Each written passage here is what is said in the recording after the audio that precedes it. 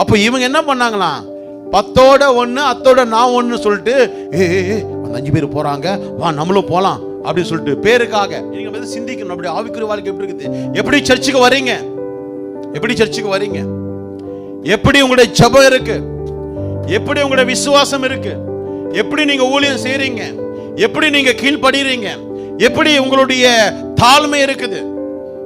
இதெல்லாம் நீங்க ஆராயணும். நான் அடிக்கடி சொல்லுவேன், பக்தி உன் பக்கத்தில் இருக்கிற சகோதரனையோ சகோதரியோ மேன்மைப்படுத்த அல்ல, யாரையும் இம்ப்ரெஸ் பண்ண முடியாது. அந்த பக்தி எல்லாம் வீணான பக்தி, இந்த புத்தி இல்லாத பக்தி. அதெல்லாம் இன்னைக்கு நிறைய பேர் பக்தி அப்படிதான் இருக்குது, ஊழியம் அப்படிதான் இருக்குது. அப்படி கிடையாது.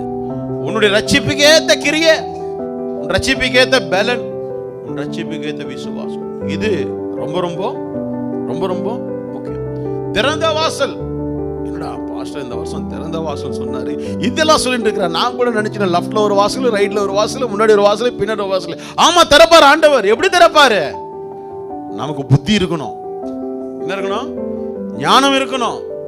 ஆமா, 10 பேர் கிளம்புனாங்களாம், அதுல 5 பேரு வெறும் தீவட்டியை மட்டும் கொண்டு போனாங்களாம், எண்ணெய் என்ன பண்ணலையா, கொண்டு போகலையா. இனி நம்முடைய விசுவாச வாழ்க்கை எப்படி இருக்குது? இதை நம்ம என்ன பண்ணோம், ஒரு வாட்டி ஸ்கேன் பண்ணணும். அந்த மாதிரி நான் புத்தியுள்ள ஸ்திரியா, புத்தி இல்லாத ஸ்திரியா, புத்தியுள்ள கன்னிகையா, புத்தி இல்லாத கன்னிகையா, புத்தி உள்ள விசுவாசியா, புத்தி இல்லாத விசுவாசியா, அப்படி நம்ம என்ன பண்ணோம் இன்னைக்கு நம்ம திங்க்